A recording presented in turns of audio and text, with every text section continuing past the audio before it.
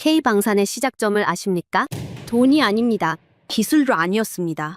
처절한 위기였습니다. 청와대까지 무장공비가 침투했고 미국은 한국을 뒤로한 채 철수를 논의했습니다. 그 순간 한국은 깨달았죠. 의지할 수 있는 건 오직 우리뿐이다. 그런데 바로 그 한국이 붕괴 직전에 러시아에 30억 달러를 내밉니다. 국가 외환 보유고의 15%에 달하는 금액이었습니다. 모두가 미쳤다고 했습니다.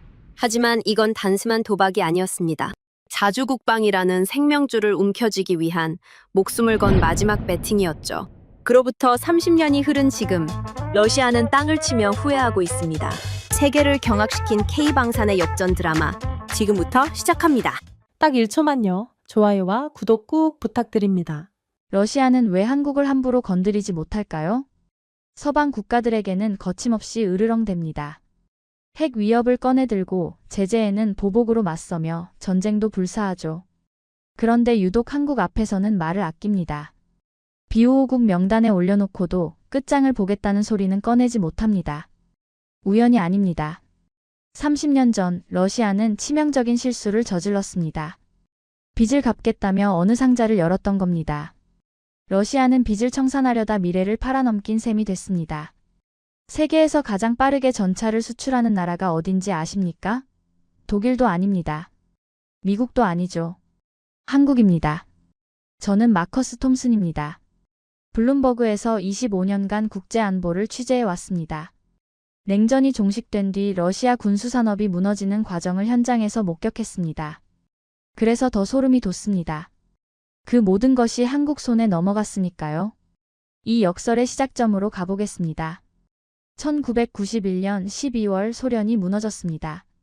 당시 저는 워싱턴에서 국방부 출입 기자로 일하고 있었습니다. 어느 날 아침 편집국에 특보가 떨어졌습니다. 소련 해체 공식 발표. 저는 그 뉴스를 보면서도 실감이 나지 않았습니다. 냉전이 정말 끝난 건가? 반세기 동안 세계를 양분했던 체제가 하루아침에 사라진다고? 제국이 무너지는 건 이런 겁니다. 천천히 그러나 확실하게 모든 것이 정지해버리는 것이죠. 1993년 저는 모스크바 특파원으로 발령받았습니다. 처음 도착했을 때 본 모스크바는 충격이었습니다. 겨울 아침 빵 한 조각을 사려는 사람들이 새벽부터 줄을 섰습니다. 상점 앞줄이 블록을 돌아갈 정도였죠. 월급을 석 달째 받지 못한 군인들이 거리를 배회했습니다. 제복을 입고도 구걸하는 사람들을 봤습니다. 취재를 위해 모스크바 외곽의 군수공장을 방문했습니다. 냉전 시절 이곳에서 소련군의 전차가 만들어졌죠. 공장장이 저를 안내하며 말했습니다. 기계는 돌아갑니다. 전차도 만들어지고요. 그런데 살 사람이 없어요. 주차장에 세워두고 녹쓰는 걸 구경하는 게 제 일입니다.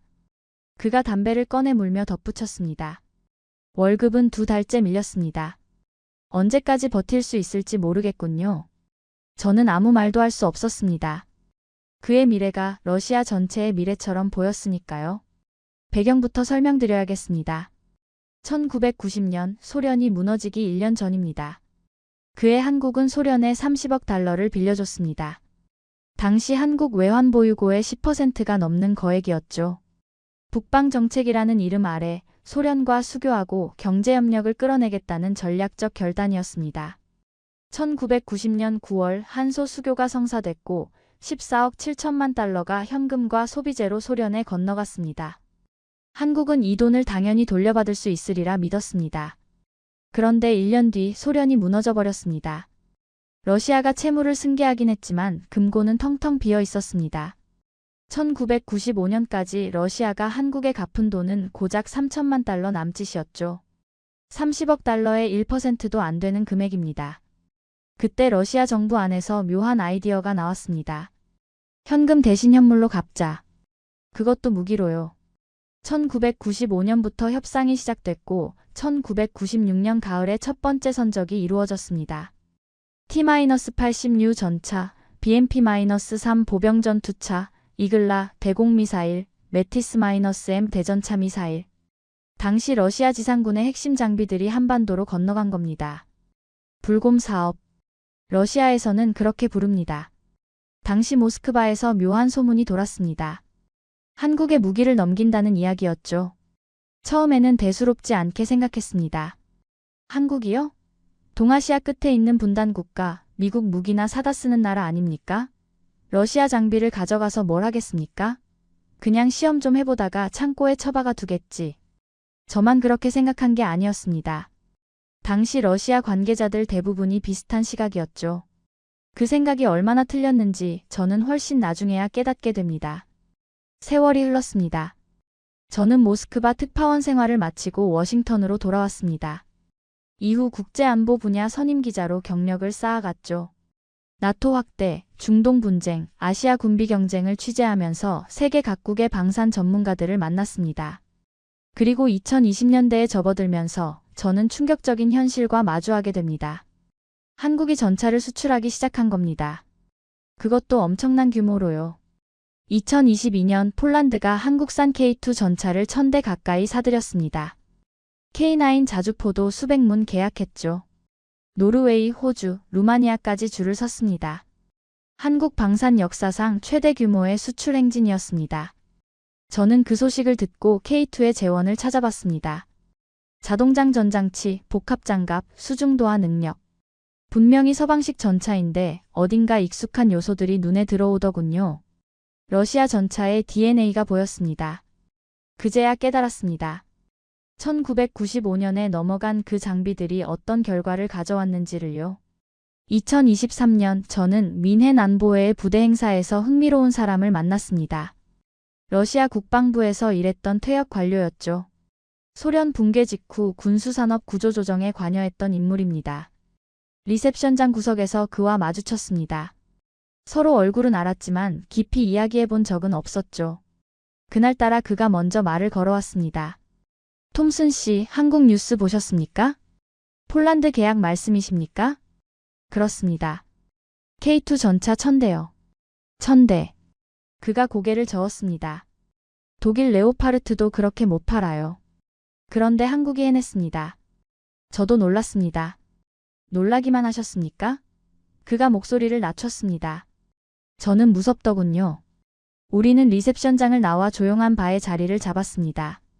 그가 불곰 사업 당시 이야기를 꺼냈습니다. 1996년에 한국에 장비를 보낼 때 나도 서류 작업에 참여했습니다. 처음에는 다들 반대했습니다. 최신 전차를 외국에 넘기다니 자존심이 상한다고요. 하지만 위에서 밀어붙였습니다. 당장 빚을 갚아야 했거든요. 수출용으로 성능을 낮추지 않았습니까? 그게 문제였습니다. 그가 씁쓸하게 웃었습니다. 다운그레이드를 하려면 돈이 듭니다. 부품을 빼고 장비를 교체하고 다시 조립해야 하니까요. 그런데 그 돈이 없었습니다. 창고에 있는 내수용 그대로 보내는 게 더 쌌습니다. 반응장갑도요? 콘탁트 -5까지 붙은 채로 보냈습니다. 원래 수출용에는 절대 안 붙여주는 건데 떼어내는 것도 공임이 드니까요. 저는 한숨을 내쉬었습니다. 이미 짐작하던 바였지만 당사자 입에서 직접 들으니 더 실감이 났거든요. 그때는 어떻게 생각하셨습니까? 솔직히 대수롭지 않게 봤습니다.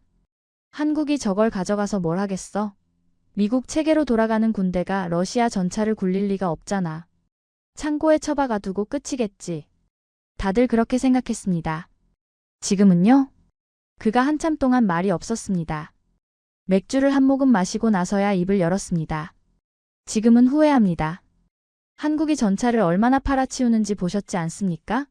폴란드가, 노르웨이가, 호주가 줄을 서서 한국 무기를 사갑니다. 그 기술이 어디서 왔겠습니까? 그가 저를 똑바로 쳐다봤습니다. 우리가 빚 대신 넘긴 쇠덩이들에서 왔습니다. 우리가 스스로 목을 조를 밧줄을 건네준 겁니다.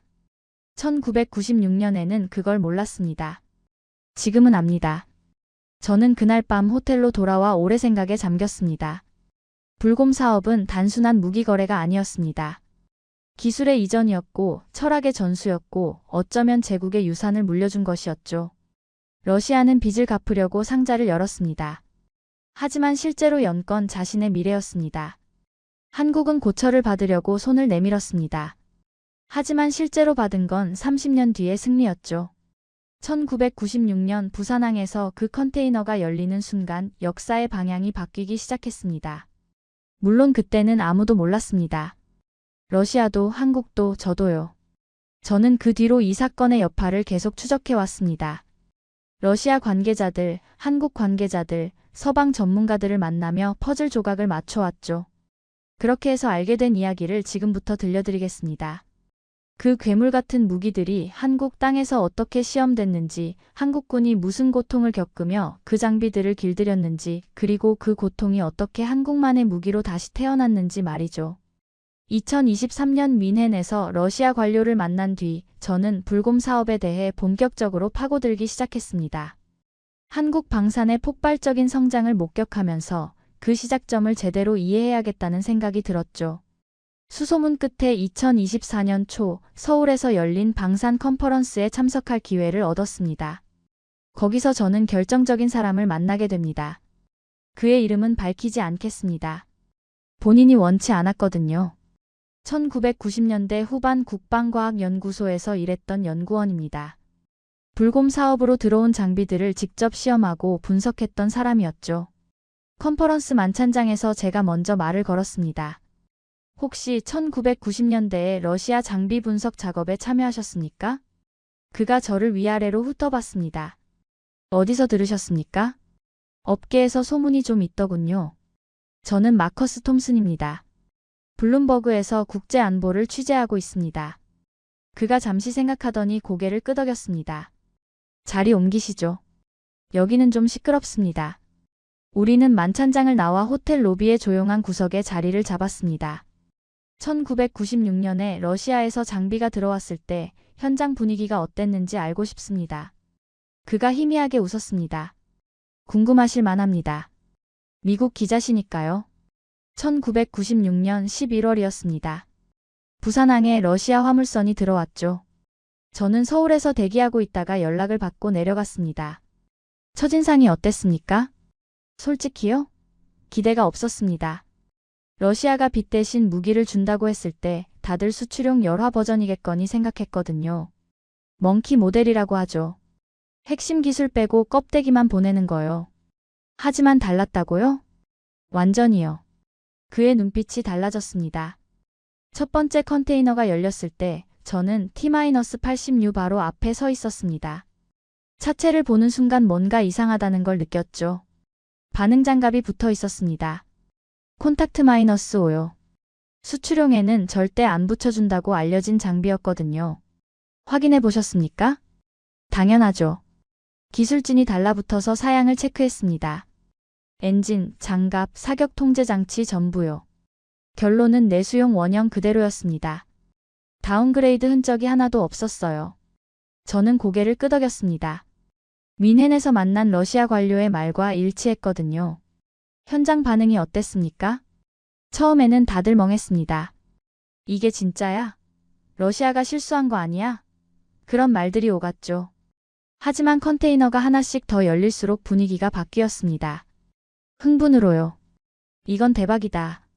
이런 기회가 또 없다. 연구원들 눈이 반짝거리기 시작했습니다. 장비 인수는 시작에 불과했습니다. 진짜 충격은 시험 단계에서 터져나왔죠.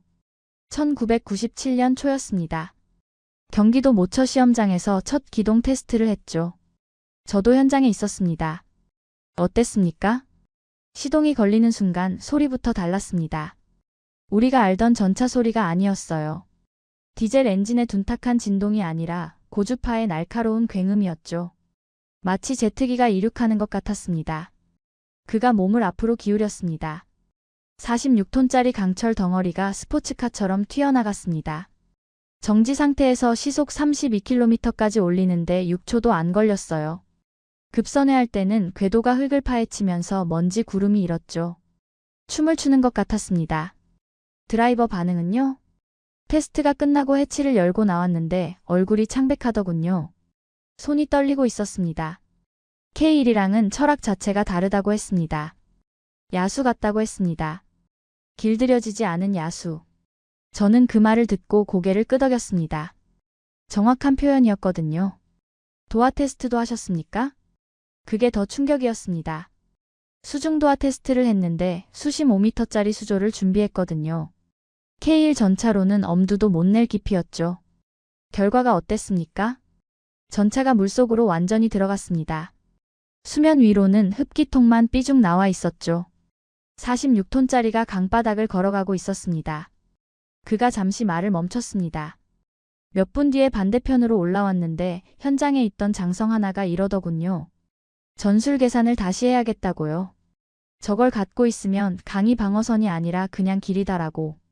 저는 이해할 수 있었습니다. 한반도는 강이 많거든요. 전쟁이 나면 이 강들이 천연 방어선이 됩니다. 그런데 적 전차가 부교 없이 강을 건널 수 있다면 모든 전술적 가정이 무너지는 거죠. 그날 이후로 뭐가 달라졌습니까? 요구 성능 기준이 바뀌기 시작했습니다. 우리도 저 정도는 해야 한다. 아니, 저것보다 더 잘해야 한다. 그런 분위기가 퍼졌죠. BMP 이야기도 나왔습니다.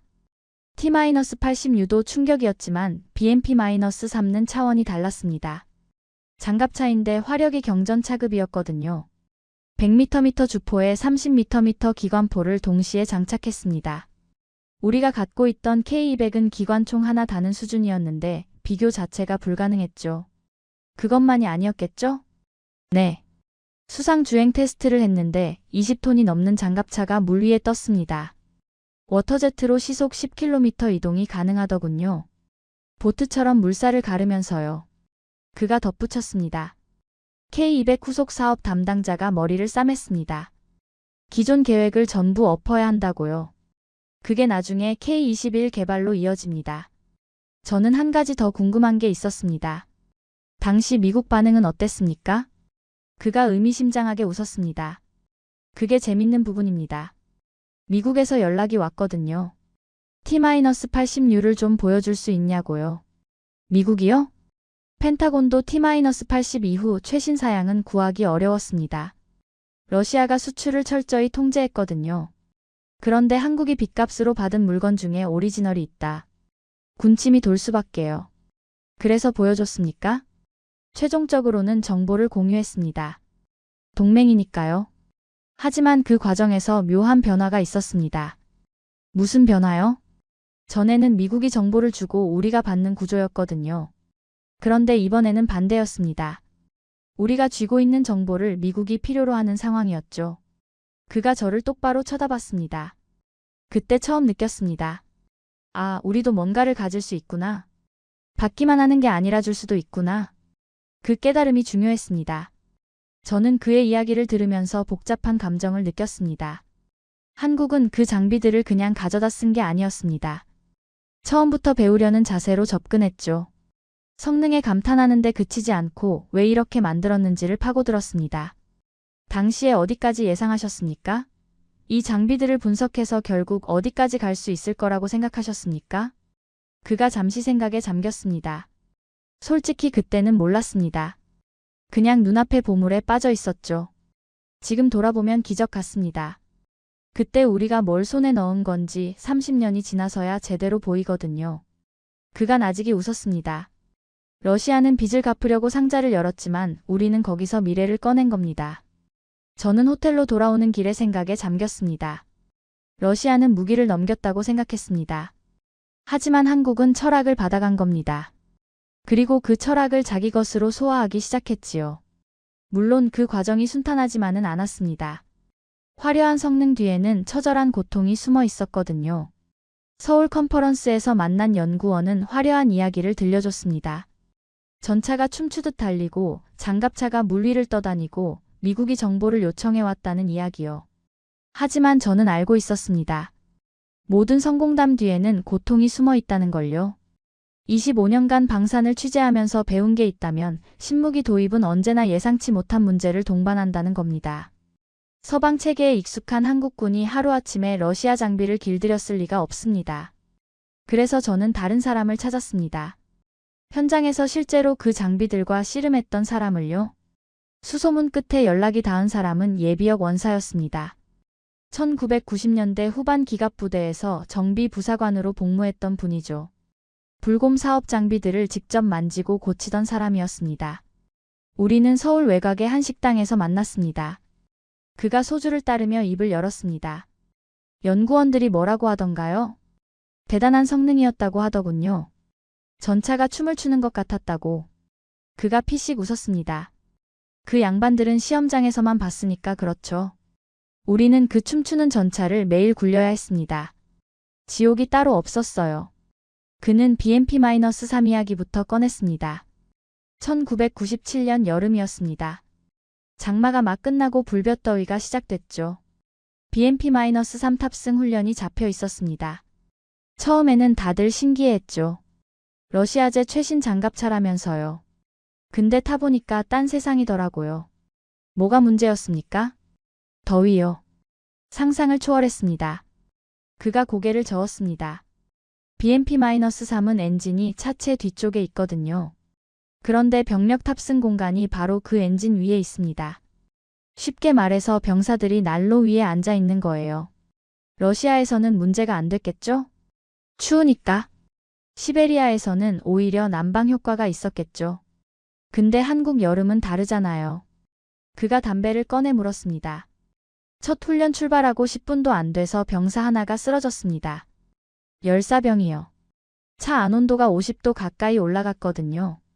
거기다 엔진 진동, 기름 냄새, 환기도 안 되고. 병사가 토하면서 쓰러졌습니다. 그 뒤로 어떻게 했습니까? 여름 훈련은 새벽이나 밤에만 했습니다. 낮에는 못해요. 타면 쓰러지니까. 병사들 사이에서 별명이 붙었습니다. BMP 대신 그냥 찜통이라고 불렀습니다. 문제는 더위만이 아니었습니다. 정비가 진짜 지옥이었습니다. 그가 말했습니다. 일단 부품 규격이 다 달랐어요. 볼트 하나, 게스킷 하나까지 전부 러시아 규격이었거든요. 한국 시장에서는 구할 수가 없었습니다. 그럼 어떻게 했습니까? 러시아에 주문해야 했죠. 근데 그게 석 달이 걸려요. 빨라야 석 달. 늦으면 반년. 부품 하나 없어서 장비 전체가 놀고 있는 거예요. 그게 한두 대가 아니었습니다. 해결책이 있었습니까? 편법이요. 그가 씁쓸하게 웃었습니다. 2대 중 한 대를 부품 공여용으로 돌렸습니다. 한 대를 뜯어서 다른 한 대를 살리는 거죠. 우리끼리 돌려막기라고 불렀습니다. 그게 가능했습니까? 선택의 여지가 없었습니다. 장비를 완전히 세워둘 수는 없잖아요. 훈련은 해야 하니까. 그가 담배 연기를 내뿜었습니다. 웃긴 건요, 그 돌려막기를 하면서 장비 구조를 다 외웠다는 겁니다. 어떤 부품이 어디 들어가는지, 어떻게 떼고 어떻게 끼우는지. 매뉴얼 볼 필요도 없이 손이 기억하게 됐어요. 매뉴얼 이야기가 나왔으니 말인데 그게 또 다른 지옥이었습니다. 러시아 매뉴얼이 왔거든요. 수천 페이지짜리. 번역은 됐죠. 근데 그게 문제였습니다. 그가 피식 웃었습니다. 번역을 누가 했는지 아십니까? 러시아어 전공한 민간인들이요. 군사 용어를 모르는 사람들이었습니다. 결과가 어땠습니까? 엉망이었죠. 한 번은 정비 교범을 보고 있는데 볼트 체결 지침이 나오더라고요. 규정 토크로 조이시오라고 써 있어야 할 자리에 뭐라고 써 있었는지 아십니까? 뭐라고요? 부드럽게 달래서 넣으시오. 저는 웃음을 터뜨렸습니다. 러시아 관용 표현을 그대로 직역한 거예요. 기술 문서인데 시처럼 번역해 놨더라고요. 그 번역본 믿고 작업했다가 볼트가 헐거워져서 부품이 떨어져 나간 적도 있습니다. 그가 목소리를 낮췄습니다. 그 뒤로는 번역본을 안 믿었습니다. 원문 매뉴얼이랑 같이 펴놓고 사전 뒤지고 러시아어 아는 사람 수소문해서 물어보고 한 줄 이해하는데 하루가 걸리기도 했습니다. 러시아 교관단 이야기도 나왔습니다. 기술 전수를 위해 러시아에서 교관들이 왔거든요. 장비 운용법이랑 정비 기술을 가르쳐 주러요. 도움이 됐습니까? 됐죠. 근데 소통이 문제였습니다. 삼중 통역이라고 들어보셨습니까? 삼중이요? 러시아 교관이 러시아어로 말합니다. 그걸 러시아어 마이너스 영어 통역이 영어로 바꾸죠. 그리고 영어 마이너스 한국어 통역이 다시 한국어로 전달합니다. 한 문장 전달하는데 3단계를 거치는 거예요. 의미가 왜곡되는 게 더 심각했습니다. 그가 당시를 떠올리듯 눈을 감았습니다. 한 번은 엔진 정비 교육 중이었습니다. 러시아 교관이 뭔가를 길게 설명했어요. 통역을 2번 거쳐서 나온 말이 뭔지 아십니까? 이 부분을 조심해야 합니다. 그게 끝이요. 뭘 어떻게 조심하라는 건지 구체적인 내용이 다 날아갔어요. 어떻게 해결했습니까? 말을 포기했습니다. 통역이 안 되면 눈으로 배웠어요. 러시아 교관 옆에 바짝 붙어서 손동작을 지켜봤습니다. 저 사람이 뭘 하는지는 모르겠지만 손이 어디로 가는지는 보이니까 그거라도 따라하자. 효과가 있었습니까? 있었죠. 오히려 더 정확히 배운 것 같기도 해요. 말로 들으면 흘려듣기 쉬운데 눈으로 보면 놓칠 수가 없거든요. 그가 소주를 한 잔 더 따랐습니다. 러시아 교관 중 한 명이 나중에 이런 말을 했대요. 한국 사람들은 이상하다고. 설명을 못 알아듣는 것 같으면서 막상 해보면 정확하게 해낸다고. 마치 눈으로 기술을 훔쳐가는 것 같다고요. 그가 가장 인상 깊었던 순간을 물었을 때 그는 잠시 생각하다가 대답했습니다. 메티스 -M 첫 실사격이요. 1998년쯤이었을 겁니다. 시험 사격이 있었는데 저도 현장에 있었거든요. 어땠습니까? 처음에는 다들 긴장했죠. 표적은 수백 미터 전방에 설치한 패전차였습니다. 그가 눈을 반짝였습니다. 발사 버튼이 눌렸습니다. 미사일이 포구를 떠났죠. 근데 그 다음 순간 이상한 일이 벌어졌어요. 미사일이 표적을 향해 직진하지 않고 갑자기 위로 솟구쳤습니다. 거의 수직으로 하늘을 향해 올라갔어요. 고장난 겁니까? 다들 그렇게 생각했죠. 불량이다, 오발이다. 소리가 여기저기서 터져 나왔습니다. 그런데 미사일이 최고점에 도달하더니 방향을 확 꺾었습니다. 급강하하기 시작했어요. 그리고 정확하게 표적 전차의 상부를 때렸습니다. 명중한 겁니까? 완벽하게요. 패전차가 불길에 휩싸였습니다. 현장이 조용해졌어요. 아무도 말을 못했습니다. 그가 설명했습니다. 탑 어택이요. 전차의 상부 장갑은 측면이나 전면보다 얇습니다. 그래서 정면으로 들이받는 대신 위로 올라갔다가 내리꽂는 거예요. 옆에 있던 러시아 교관이 웃으면서 말했습니다. 이게 러시아 방식이라고. 정면이 막혀 있으면 돌아가는 거라고. 그날 이후로 대전차 전술에 대한 생각이 바뀌었습니다. 정면 대결만이 답이 아니구나. 약한 곳을 찾아서 파고들 수도 있구나. 그 개념이 나중에 현군 개발에 들어갔다고 들었습니다. 한 가지만 더 여쭤봐도 되겠습니까? 제가 물었습니다. 그 시절을 돌아보면 어떤 생각이 드십니까? 후회되는 건 없으십니까? 그가 한참 동안 말이 없었습니다. 빈 소주잔을 만지작거리다가 천천히 입을 열었습니다. 후회요? 없습니다. 물론 그때는 죽을 맛이었죠. 왜 우리가 이 고생을 해야 하나? 원망도 했습니다. 근데 지금 돌아보면요. 그가 창밖을 바라봤습니다. 그 고생이 없었으면 지금의 한국 방산도 없었을 거예요. K2 전차, K-21 장갑차, 현궁 미사일. 다 그때 뿌린 씨앗에서 자란 겁니다. 우리가 흘린 땀이 밑거름이 된 거죠. 그가 저를 돌아봤습니다. 근데 이건 알아주셨으면 해요. 우리가 그냥 가져다 쓴 게 아닙니다. 피땀 흘려서 배웠어요. 그 고통의 시간이 있었기 때문에 지금이 있는 겁니다.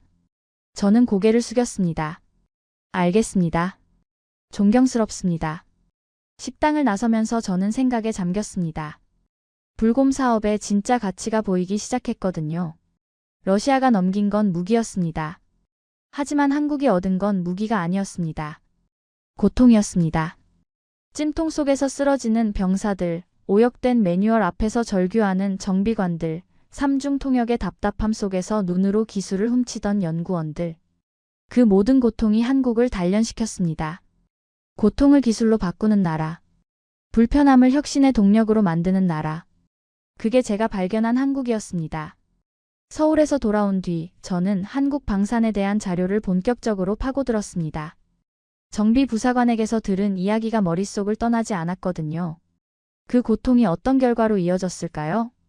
2024년 가을 아부다비 방산 박람회에서 결정적인 사람을 만나게 됩니다.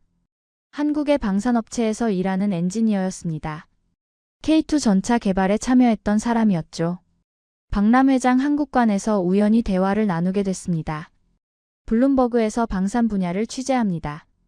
주로 국제안보 쪽이고요. 아, 그러시군요. 그럼 불곰 사업에 대해서도 아시겠네요? 알죠. 요즘 그 주제로 조사를 하고 있습니다. 흥미롭군요. 커피 한잔 하실래요? 우리는 박람회장 구석의 카페에 자리를 잡았습니다. 저는 단도직입적으로 물었습니다. K2 전차 개발에 불곰 사업 장비들이 영향을 줬습니까? 그가 커피를 한 모금 마시고 대답했습니다. 영향 정도가 아니죠. 뿌리입니다. 불곰 사업으로 장비가 들어온 뒤 ADD에서 본격적인 역설계가 시작됐습니다. 제가 연구소에 들어간 건 2000년대 초반이었는데 그때도 그 작업이 한창이었어요. 역설계라면 분해해서 구조를 파악하는 거죠? 네. 근데 우리가 한 건 단순한 분해가 아니었습니다. 볼트 하나까지 전부 분석했어요. 이 볼트가 왜 이 자리에 있는지, 왜 이 재질인지, 왜 이 규격인지. 모든 선택에는 이유가 있다는 전제로 접근했습니다. 시간이 많이 걸렸겠군요. 몇 년이 걸렸죠. T-86 한 대를 완전히 이해하는데 말입니다. 하지만 그만한 가치가 있었습니다. 설계 철학을 배웠습니다. 러시아 사람들이 왜 이런 선택을 했는지 이해하게 된 거죠. 그가 구체적인 예를 들어줬습니다. T-86의 자동장 전장치를 분석할 때였습니다. 처음에는 다들 의아해했어요. 전자 제어가 거의 없었거든요. 서방 기준으로 보면 구식이었죠. 캠이란 기어, 스프링으로 작동하는 순수 기계식이었습니다. 그게 문제였습니까? 처음에는 그렇게 생각했죠. 왜 이렇게 원시적으로 만들었을까? 근데 깊이 파고들수록 이유가 보이더라고요. 어떤 이유요? 생존성입니다. 전자장비는 충격에 취약해요. 피격당하거나 험한 지형을 달리면 고장나기 쉽죠. 근데 기계식은 다릅니다. 전기가 나가도 회로가 타도 기어랑 스프링은 돌아가거든요. 그가 손가락으로 테이블을 두드렸습니다. 러시아 설계자들은 최악의 상황을 가정한 겁니다. 전장에서는 뭐든 고장날 수 있다. 그러니까 가장 단순하고 튼튼한 방식을 선택하자. 그게 러시아 기갑 철학의 핵심이었어요. 그걸 이해하고 나서 뭐가 달라졌습니까? 관점이 바뀌었죠. 전에는 서방식이 좋다, 러시아식이 나쁘다 이런 이분법으로 생각했거든요. 근데 그게 아니더라고요. 서방은 서방 나름의 논리가 있고 러시아는 러시아 나름의 논리가 있는 거였습니다. 그래서요? 우리는 둘 다 가져가기로 했습니다. 러시아의 기계적 신뢰성에 서방의 전자기술을 결합하는 거죠. K2 전차 개발 이야기가 나왔습니다. K2를 설계할 때 가장 큰 논쟁이 뭐였는지 아십니까? 자동장 전장치 도입 여부였습니다. 그가 설명했습니다. 서방 전차는 대부분 4인 승무원 체계거든요. 러시아는 자동장 전장치를 써서 장전수를 없앴습니다. 3인 승무원 체계예요. 인원이 줄어드니까 차체를 더 작게 만들 수 있고 피탄 면적도 줄어들죠. 하지만 단점도 있지 않습니까? 그게 논쟁 포인트였습니다. 러시아식 자동장 전장치는 탄약을 승무원 바로 옆에 배치해요. 근데 피격당하면 탄약이 유폭합니다. 우크라이나 전쟁에서 러시아 전차 포탑이 날아가는 영상 보셨죠? 그게 이 때문이에요. 그래서 어떻게 결정했습니까? 장점은 취하고 단점은 우리 방식으로 보완하기로 했습니다. K2에는 자동장 전장치가 들어갑니다. 하지만 탄약 배치를 완전히 새로 설계했어요. 포탑 후방에 분리된 탄약고를 만들고 장갑으로 격리했습니다. 피격당해도 유폭이 승무원실로 전이되지 않는 구조죠. 러시아의 개념에 서방의 안전 설계를 더한 거군요. 정확합니다. T-86를 분석하지 않았으면 나올 수 없는 설계였어요. K-21 보병 전투차 이야기도 나왔습니다. K-21은 더 직접적인 영향을 받았습니다. BMP-3 때문이죠. 원래 K200 후속 사업은 소박한 목표였거든요. 기존 성능을 약간 개선하는 수준이었죠. 그런데 BMP-3 시험 결과가 나온 뒤 모든 게 바뀌었습니다. 어떻게요? 요구 성능이 확 올라갔어요. 수상 주행 필수, 강력한 화력 필수, 도하 능력 필수. BMP에서 본 것들이 전부 요구 조건에 들어갔습니다. 현장에서 반발은 없었습니까? 있었죠. 하지만 작전 쪽에서 밀어붙였습니다. 저기 저런 걸 갖고 있는데 우리가 못 만들면 어떡하냐? 전쟁 나면 어떻게 싸울 거냐? 그렇게 나오니까 반박이 어려웠죠. 결국 설계를 처음부터 다시 했습니다. 저는 한 가지 궁금한 게 있었습니다. 복제라는 비판은 없었습니까? 그가 표정이 살짝 굳었습니다. 왜 그런 말씀을 하시죠? 러시아 장비를 분석해서 만들었으니까요. 외부에서 보면 기술을 베꼈다고 볼 수도 있지 않습니까? 그가 한참 동안 저를 쳐다봤습니다. 그리고 천천히 말했습니다. 복제와 학습은 다릅니다. 복제는 똑같이 만드는 거예요. 우리가 한 건 그게 아닙니다. 그가 목소리에 힘을 줬습니다. 우리는 왜 이렇게 만들었는지를 이해하려고 했습니다. 설계의 이유를 파악하고 그 원리를 배우고 그걸 바탕으로 우리 상황에 맞는 새로운 것을 만들었어요. 그게 학습입니다. 결과물이 달랐다는 거군요. 완전히요. K2는 T-86가 아닙니다. K21은 BMP-3가 아니에요. 영감을 받았지만 별개의 장비입니다. 우리 환경에 맞게 우리 기술로 우리 방식대로 만든 거죠. 미사일 이야기도 나왔습니다. 현궁 대전차 미사일 아십니까? 탑 어택이 되는 미사일인데 그 개념이 어디서 왔는지 아십니까? 메티스-M이요? 맞습니다. 1998년에 첫 시험 사격을 했을 때 현장에 있던 사람들이 충격을 받았다고 하더군요. 미사일이 위로 솟구쳤다가 내리꽂히는 걸 보고요. 그 경험이 현궁 개발의 씨앗이 됐어요. 탑 어택이라는 개념. 적의 약점을 찾아서 파고드는 전술적 사고. 그게 한국 연구진의 머릿속에 심어진 거죠. 하지만 현궁은 메티스-M과 다르지 않습니까? 완전히 다르죠. 개념만 빌려왔어요. 유도 방식, 신관 설계, 발사 시스템 전부 독자 개발입니다. 그가 커피를 마저 마셨습니다. 불곰 사업의 가치가 거기 있어요. 완제품을 가져온 게 아니라 교과서를 가져온 겁니다. 그 교과서로 공부해서 우리만의 답을 낸 거죠. 박람회장을 나서면서 저는 많은 생각에 잠겼습니다. 복제가 아니라 학습, 모방이 아니라 진화. 러시아는 무기를 넘겼습니다. 하지만 한국은 철학을 가져갔습니다. 왜 이렇게 만들었는지, 어떤 논리로 이런 선택을 했는지. 그 근본적인 사고방식을 흡수한 거죠. 그리고 거기서 멈추지 않았습니다. 러시아의 장점을 취하고 단점을 보완하고 서방의 기술을 더해서 새로운 것을 만들어냈습니다. K2, 현궁, 신궁. 어느 것도 러시아 장비의 복제품이 아니었습니다. 영감을 받았지만 별개의 창작물이었죠. 저는 그날 밤 호텔에서 오래 생각했습니다. 학습과 적용, 이해와 발전. 한국은 러시아에게서 배웠지만 배운 것을 자기 것으로 만들었습니다. 그리고 더 나아갔죠. 스승의 기술을 익혀서 스승을 넘어서는 것. 동양에서는 그걸 청출어람이라고 부른다더군요. 푸른색은 쪽에서 나왔지만 쪽보다 푸르다는 뜻이지요. 한국은 러시아에게서 나왔지만 러시아를 넘어섰습니다. 2022년 2월 24일 러시아가 우크라이나를 침공했습니다. 저는 그날 아침 워싱턴 사무실에서 뉴스를 보고 있었습니다.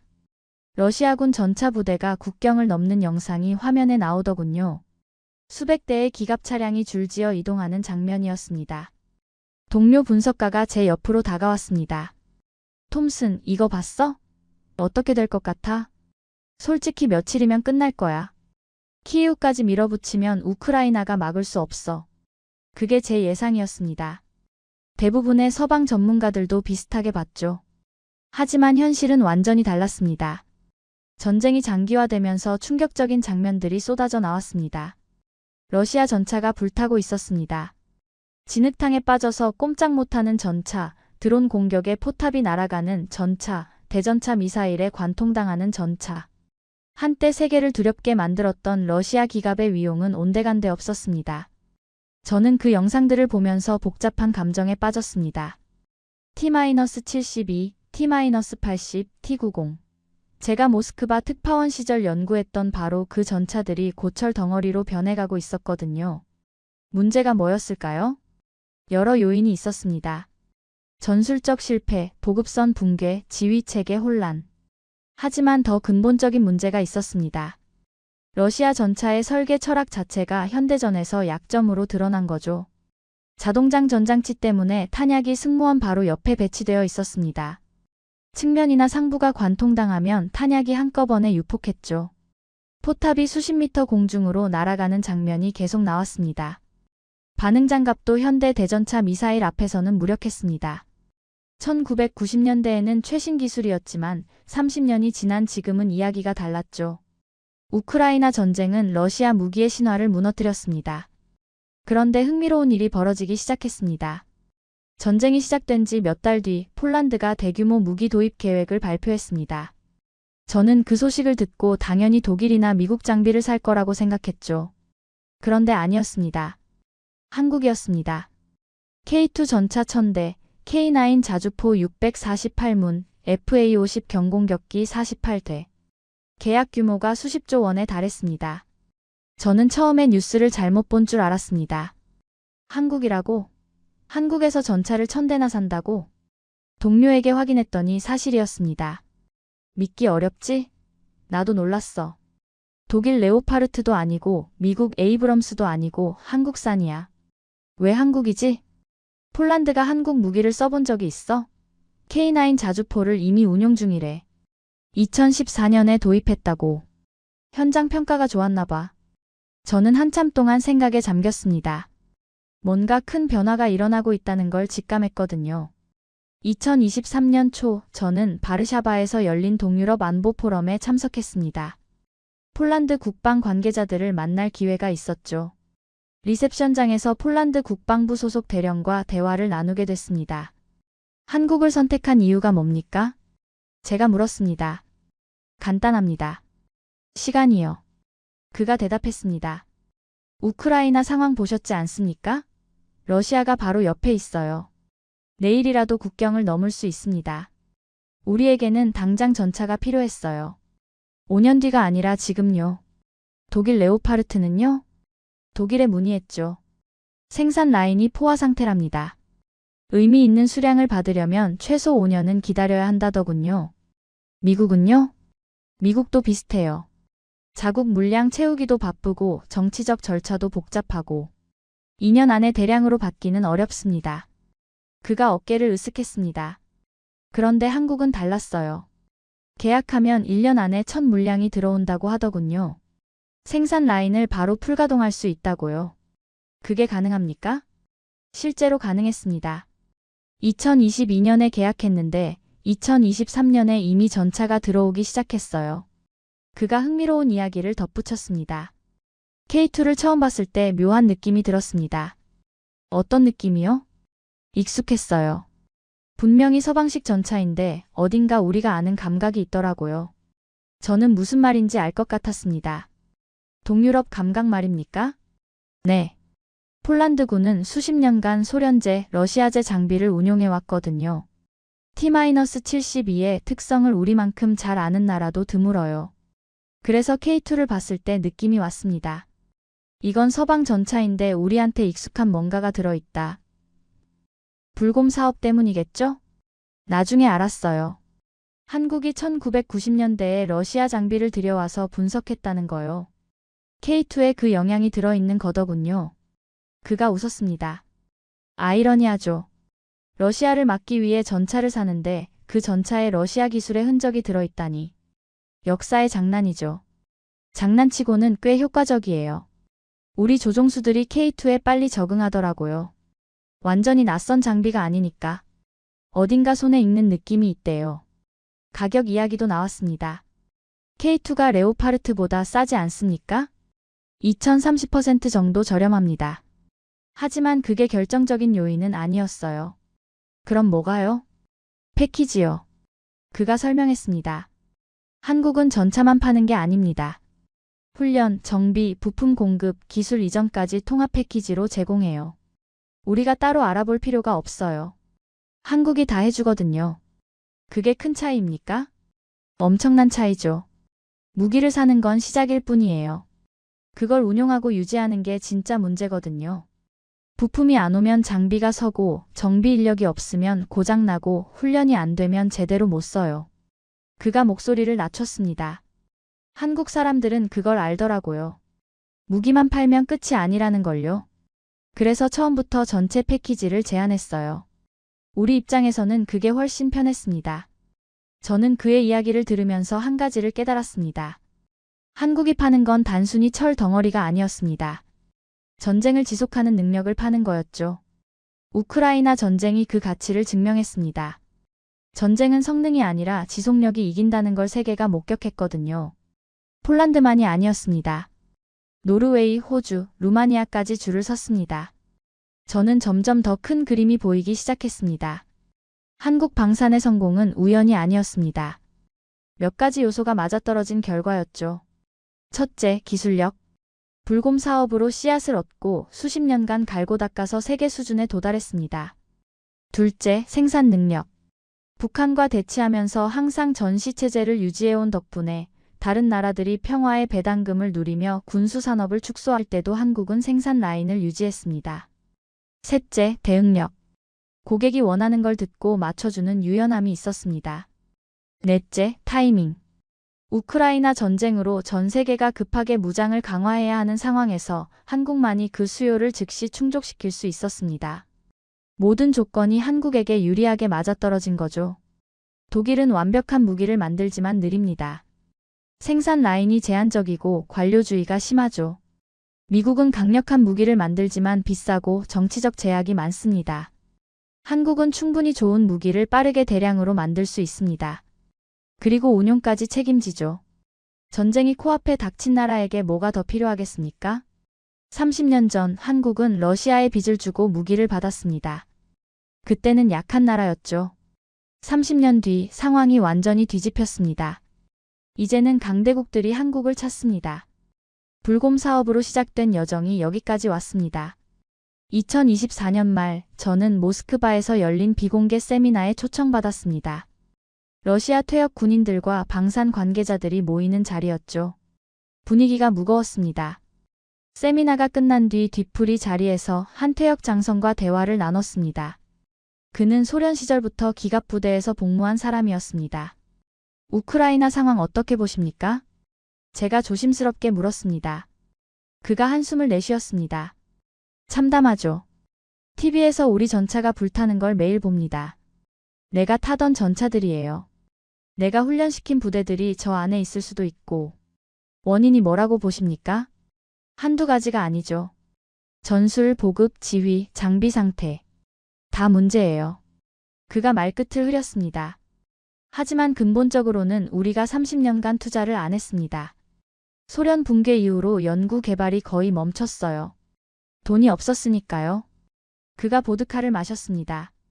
그 사이에 다른 나라들은 발전했습니다. 특히 한국이요. 저는 귀가 솔깃해졌습니다. 한국을 주목하고 계셨습니까? 안 할 수가 없죠. 폴란드가 한국 전차를 1000대 샀다는 뉴스 보셨죠? 그거 보고 우리 쪽 사람들이 뭐라고 했는지 아십니까? 뭐라고요? 우리가 빚 대신 넘긴 기술이 결국 우리를 겨누고 있다고요. 그가 고개를 저었습니다. 1990년대에 불곰 사업으로 한국에 장비를 넘겼지 않습니까? 그때는 다들 대수롭지 않게 생각했어요. 한국이 뭘 하겠어? 창고에 처박아 두겠지. 그랬는데 30년 뒤에 이렇게 됐습니다. 후회하십니까? 그가 한참 동안 말이 없었습니다. 후회요? 그때는 선택의 여지가 없었습니다. 나라가 망하기 직전이었으니까. 빚을 갚으려면 뭐라도 해야 했죠. 그가 저를 바라봤습니다. 하지만 지금 생각하면 그래요. 후회합니다. 우리가 뭘 넘긴 건지 그때는 몰랐어요. 무기를 넘긴 게 아니라 미래를 넘긴 거였습니다. 그가 마지막으로 한 말이 잊히지 않습니다. 아이러니한 게 뭔지 아십니까? 뭔데요? 지금 폴란드가 러시아를 막으려고 한국 전차를 삽니다. 그 전차 안에는 우리 기술이 들어있어요. 우리가 가르쳐준 개념들이요. 그가 쓴웃음을 지었습니다. 러시아를 막기 위해 러시아의 그림자를 사는 거예요. 스승이 제자한테 시장을 뺏기는 것도 모자라 제자가 만든 무기가 스승을 겨누고 있습니다. 저는 아무 말도 할 수 없었습니다. 한국이 잘한 겁니다. 우리가 못한 거고요. 기술은 가만히 있으면 죽어요. 발전시켜야 삽니다. 우리는 30년간 가만히 있었고 한국은 30년간 발전했습니다. 결과가 이거예요. 받아들일 수밖에 없죠. 모스크바를 떠나는 비행기 안에서 저는 오래 생각에 잠겼습니다. 흥미로운 점을 발견했습니다. 우크라이나 전쟁이 시작된 이후로 러시아는 서방 국가들에게 극도로 공격적이었습니다. 핵 위협을 들먹이고 경제 제재에 보복하고 외교관을 추방하고 거칠 게 없었지요. 그런데 한국에 대해서는 태도가 달랐습니다. 물론 러시아는 한국을 비호국으로 분류했습니다. 2022년 3월이었죠. 한국이 대러 제재에 동참했으니 당연한 조치였습니다. 이후에도 한국이 추가 제재를 발표할 때마다 러시아는 공개적으로 반발했죠. 비호적이다. 대응하겠다. 그런 말들이 나왔습니다. 하지만 저는 말이 아니라 행동을 주목했습니다. 러시아는 서방을 향해서는 선을 넘는 방식으로 흔들어 왔습니다. 가스관을 끊고 곡물 수출을 막고 핵 배치를 언급하고 실제 행동으로 압박했죠. 그런데 한국을 향해서는 계산된 선에서 멈추는 순간이 반복됐습니다. 으르렁대기는 해도 실제로 물지는 않았죠. 왜일까요? 2024년 가을, 저는 헬싱키에서 열린 유럽 안보협력기구 관련 세미나에 참석했습니다. 거기서 러시아 외교 분야를 오래 연구해온 핀란드 학자를 만났죠. 세미나가 끝난 뒤 커피를 마시며 이야기를 나눴습니다. 러시아가 한국에 유독 조심스러운 것 같은데 어떻게 보십니까? 제가 물었습니다. 흥미로운 관찰이시네요. 저도 비슷한 생각을 했습니다. 그가 대답했습니다. 이유가 뭘까요? 여러 해석이 있죠. 그중 하나가 불곰 사업입니다. 불곰 사업이요? 1990년대에 러시아가 한국에 무기를 넘긴 사건 아시죠? 그때 체결된 협정이 있다고 합니다. 저는 귀가 솔깃해졌습니다. 불곰 사업의 법적 측면은 제가 깊이 파보지 않은 영역이었거든요. 어떤 협정인데요? 군사기술협력 협정이라고 하더군요. 한국 언론 보도에 따르면 그 안에 제3국 이전 조항이 있다고 합니다. 제3국 이전이요? 도입한 장비나 관련 기술을 제3국으로 이전할 때는 상대국과 협의해야 한다는 취지의 조항이요. 저는 그 이야기를 듣고 더 조사해봤습니다. 확인해보니 실제로 한국 언론에 관련 보도가 있었습니다. 법적 효력과 별개로 외교적 프레임으로 활용될 여지는 충분했습니다. 런던에서 열린 국제전략문제연구소 세미나에서 미국 국방부 출신의 전문가와 이 문제를 논의할 기회가 있었죠. 불곰 사업 협정문 이야기 들어보셨습니까? 제가 물었습니다. 들어봤죠. 요즘 업계에서 종종 언급되더군요. 어떻게 보십니까? 그가 잠시 생각하더니 대답했습니다. 법적으로는 애매한 부분이 많아요. 30년 전 협정이 지금 상황에 그대로 적용될 수 있는지, 기술 이전의 범위를 어디까지로 볼 것인지 논쟁의 여지가 크죠. 그럼 실질적인 의미가 없다는 건가요? 법적으로는요. 하지만 외교적으로는 다른 문제입니다. 그가 목소리를 낮췄습니다. 러시아 입장에서 생각해보세요.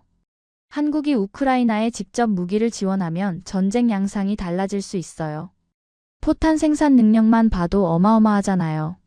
그걸 막고 싶으면 뭐라도 카드를 만들어야 하죠. 협정문이 그 카드가 될 수 있다는 거군요. 가능성이죠. 법적으로 완벽하지 않아도 외교적 부담을 주는 데는 효과가 있을 수 있으니까요. 물론 실제로 그렇게 활용하고 있는지는 확인할 방법이 없습니다. 하지만 저는 다른 각도에서도 생각해봤습니다. 협정문만으로 러시아가 한국에 조심스러운 태도를 취한다고 보기는 어려웠습니다. 더 큰 그림이 있을 거라는 생각이 들었죠. 2025년 초 저는 빈에서 열린 국제전략문제연구소 세미나에 참석했습니다. 러시아-중국 관계를 주제로 한 패널 토론이 있었죠. 토론이 끝난 뒤 한 발표자와 이야기를 나눌 기회가 있었습니다. 러시아 외교 정책을 전문적으로 연구하는 영국인 학자였습니다. 러시아가 한국에 절제하는 이유에 대해 여러 해석이 있던데요. 어떻게 보십니까? 제가 물었습니다. 저는 3가지 가설을 생각해봤습니다. 그가 대답했습니다. 첫째, 한국의 생산 능력입니다. 한국이 마음먹고 우크라이나를 지원하면 전쟁 양상이 달라질 수 있어요. 러시아는 그걸 원하지 않죠. 자극하지 않는 게 상책이에요. 둘째는요? 공급망 문제입니다. 전쟁이 장기화되면서 러시아도 물자가 부족해요. 공식적으로는 적대 관계지만 제3국을 통한 우회 거래 가능성을 완전히 닫고 싶지 않을 수 있죠. 셋째는요? 전쟁 이후를 생각해보세요. 우크라이나 전쟁이 어떻게 끝나든 러시아는 서방과의 관계가 크게 손상될 거예요. 유럽 시장은 닫히고 기술 제재는 계속될 거고요. 러시아는 새로운 파트너가 필요합니다. 중국이 있지 않습니까? 중국 의존도가 높아지는 건 러시아에게도 부담이에요. 균형추가 필요하죠. 한국은 그 후보 중 하나가 될 수 있습니다. 지금 적대적인 관계인데요. 외교는 영원한 적도 영원한 친구도 없는 거예요. 국익이 최우선이죠. 러시아가 한국을 완전한 적으로 만들지 않으려는 이유 중 하나가 이거일 수 있어요.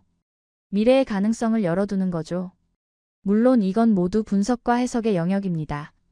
러시아가 실제로 어떤 계산을 하고 있는지는 크렘린 안에 있는 사람들만 알겠죠. 하지만 여러 전문가들의 의견을 종합해보면 한 가지는 분명해 보였습니다.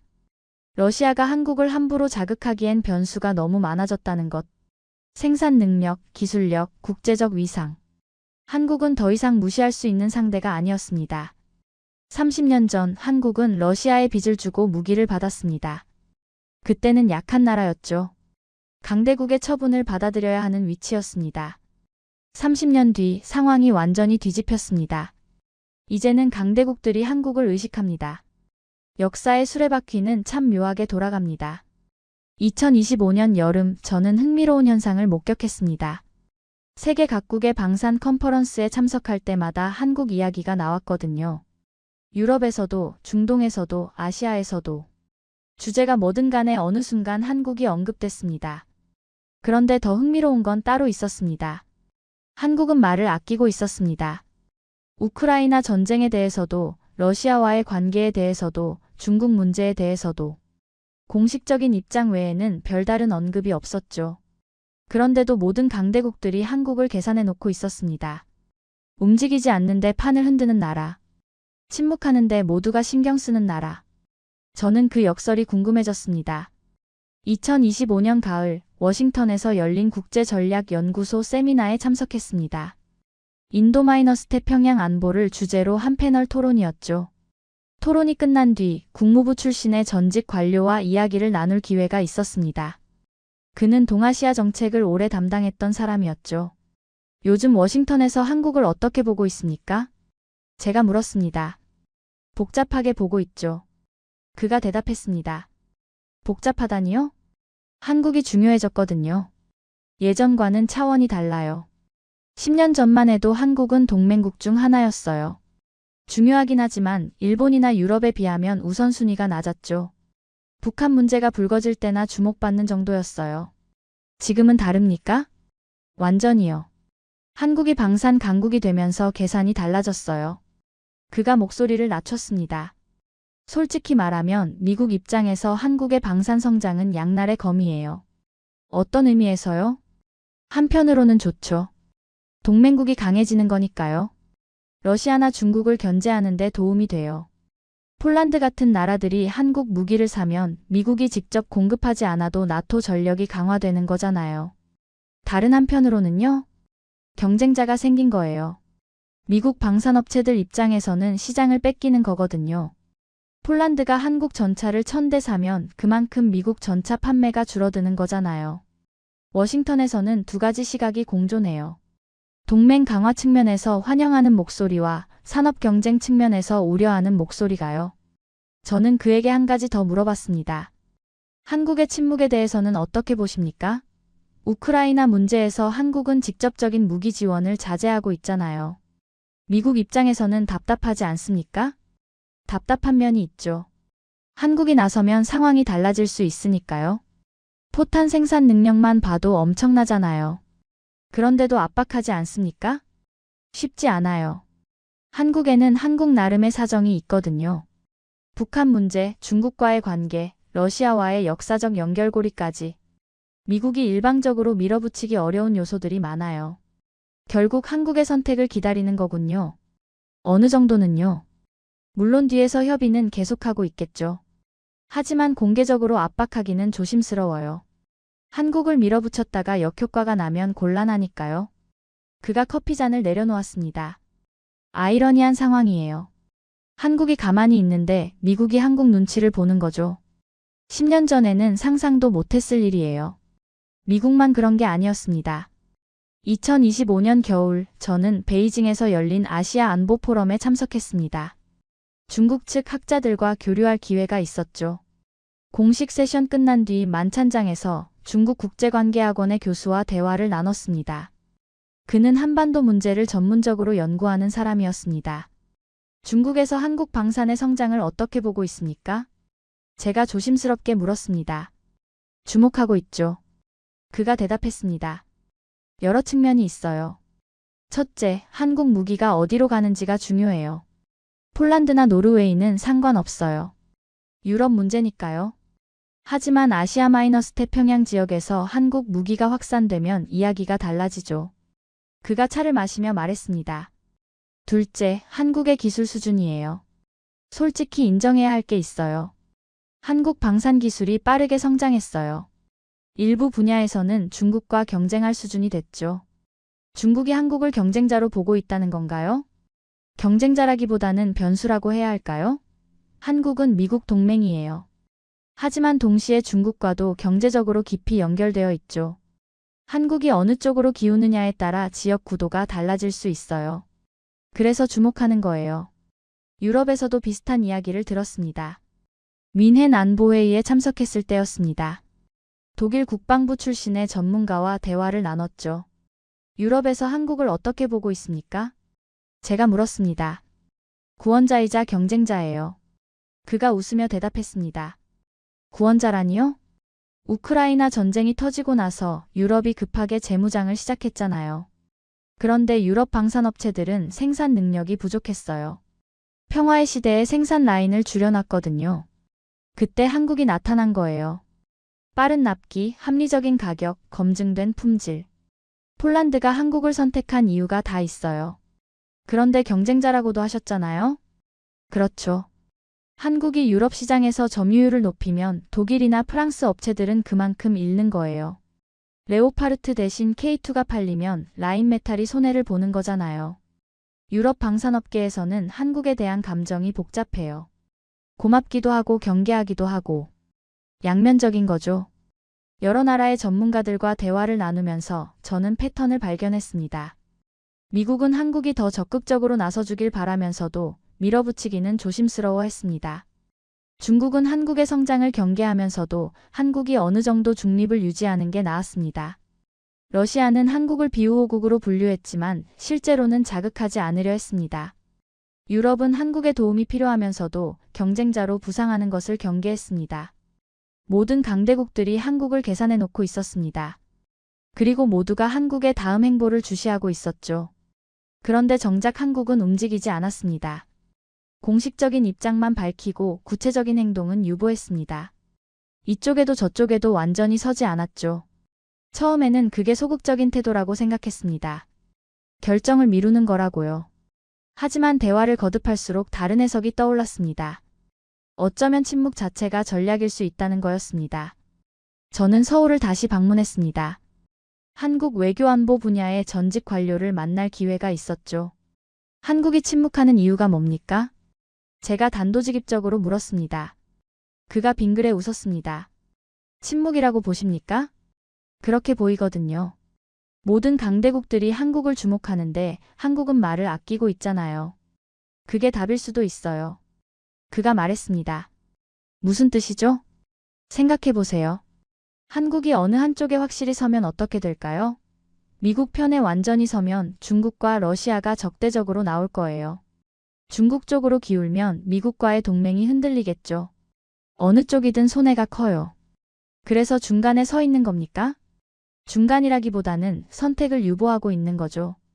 상황을 지켜보면서 최적의 타이밍을 기다리는 거예요. 그가 차를 마셨습니다. 그리고 재미있는 건 한국이 움직이지 않는 것 자체가 영향력이 된다는 거예요. 어떻게요? 모든 강대국들이 한국의 선택을 기다리고 있잖아요.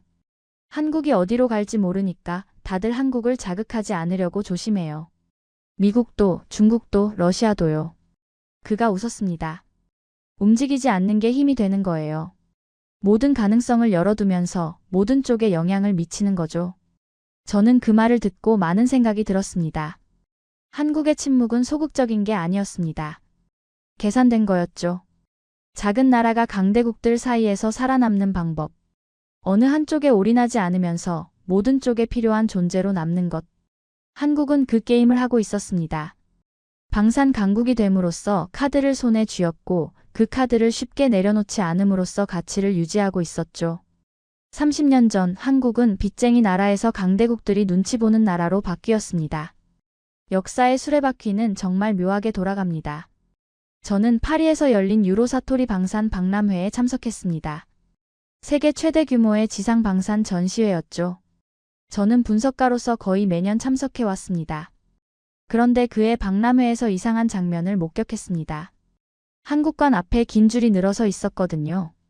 각국 군 관계자들, 방산 바이어들이 한국 부스를 보려고 기다리고 있었습니다.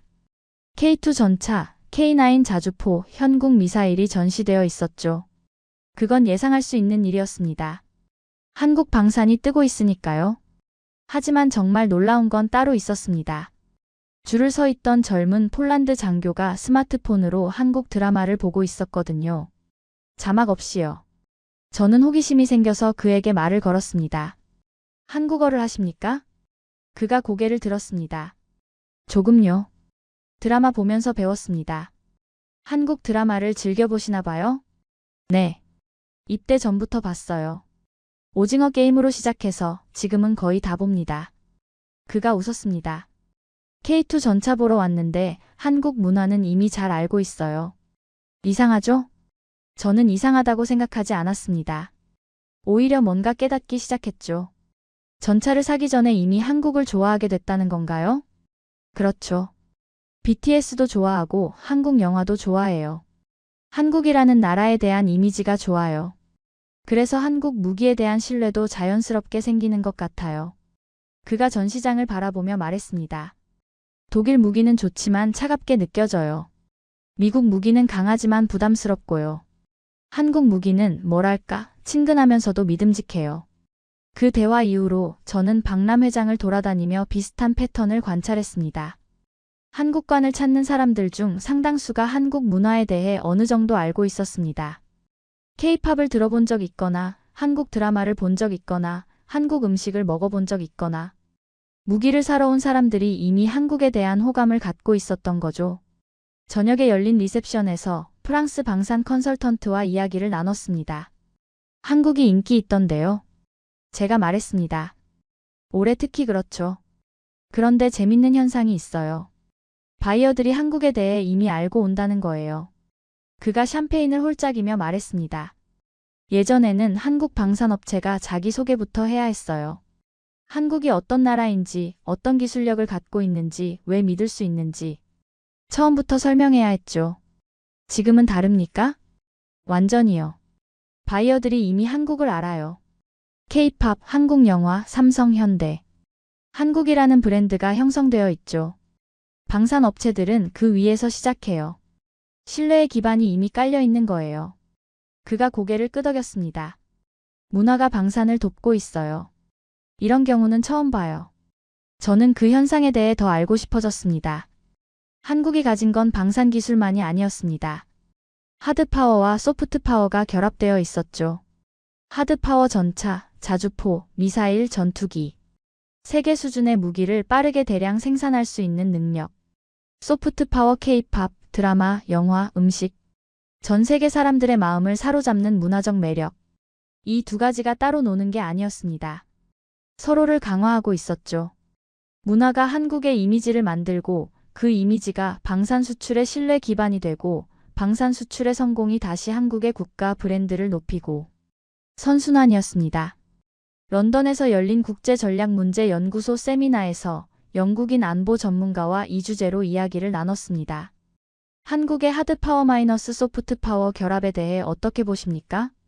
제가 물었습니다. 유래를 찾기 어려운 케이스예요.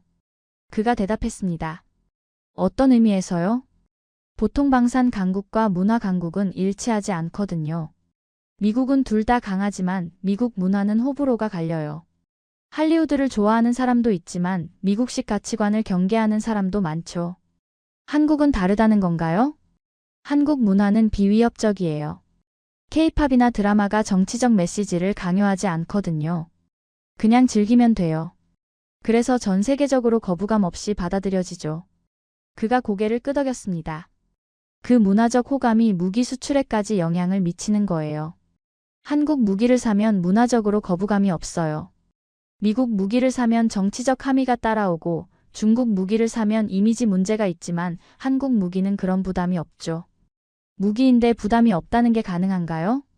한국이 그걸 해낸 거예요. 무기를 팔면서도 적을 만들지 않는 나라. 그게 한국의 독특한 위치예요. 저는 그 대화를 통해 한국의 전략적 가치를 새롭게 이해하게 됐습니다. 한국은 단순한 방산 수출국이 아니었습니다. 하드파워와 소프트파워를 동시에 보유한 세계에서 몇 안 되는 나라였죠. 폴란드 병사가 K2 전차를 운용할 때 그는 이미 한국 드라마를 본 적 있는 사람일 가능성이 높습니다. 중동 조종사가 FA-50을 몰 때 그는 이미 BTS를 알고 있을 수 있죠. 무기를 쓰는 사람이 이미 한국 문화를 아는 상태. 이건 다른 방산 강국들이 갖지 못한 장점이었습니다. 독일 무기는 뛰어나지만 독일 문화가 전 세계 젊은이들을 사로잡고 있지는 않습니다. 미국 무기는 강력하지만 미국에 대한 감정은 복잡하죠. 러시아 무기는 검증됐지만 러시아의 이미지는 최근 크게 손상됐습니다. 한국은 그 틈새를 파고들었습니다. 기술적으로 뛰어나고 가격이 합리적이고 납기가 빠르고 게다가 문화적으로 친근한 나라.